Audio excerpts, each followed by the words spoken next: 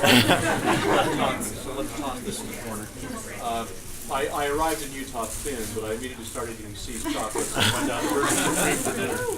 So I gained about 40 pounds just today. So I know one way to make the signing line move really fast, much faster, and that is to tell you about the Ender's Game movie now. Yes. So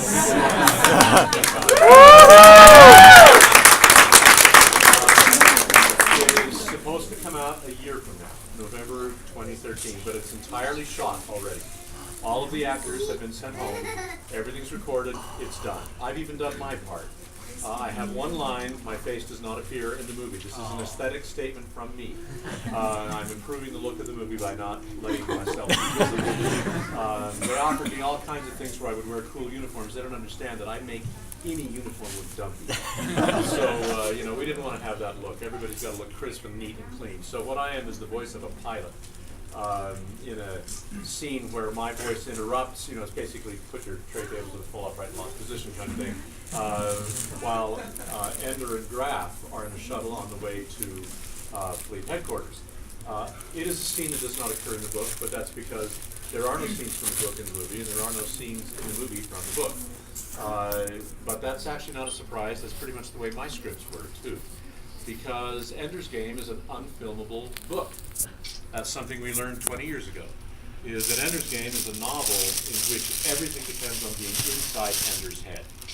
And if you're not inside Ender's head, and you just see what he does with no explanation, then he's just an incredibly violent little kid. and you won't like him, I promise. So we have to construct it in such a way that you know why he's doing what he's doing. Plus, it has to be simplified. If you filmed every scene, it would be a 4.5-hour movie. And I don't care how much you like Ender's Game. 4.5 hours is a long time to sit in the theater.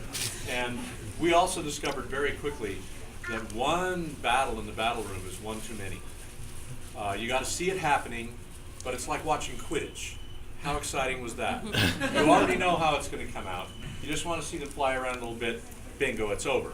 And that's kind of the way battle room is. It'll look great, but we're not going to follow these battles closely. We're not going to try to make you figure out what the strategy and tactics are. We'll just assure you that Ender did real well. That's all we really need. It's about the characters, about the relationship, which is what the book is about, is the relationships. So the part I play, I'm just a voice, but they did me the courtesy of allowing me to actually be on the set in the room with Harrison Ford and Asa Butterfield as they performed the set. Now, the scene.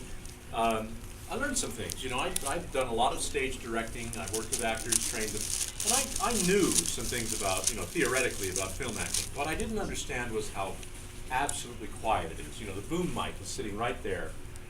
Well, not right in their face, but really close, because these boom mic guys know how to get it almost in frame. And so when they talk, it's like this.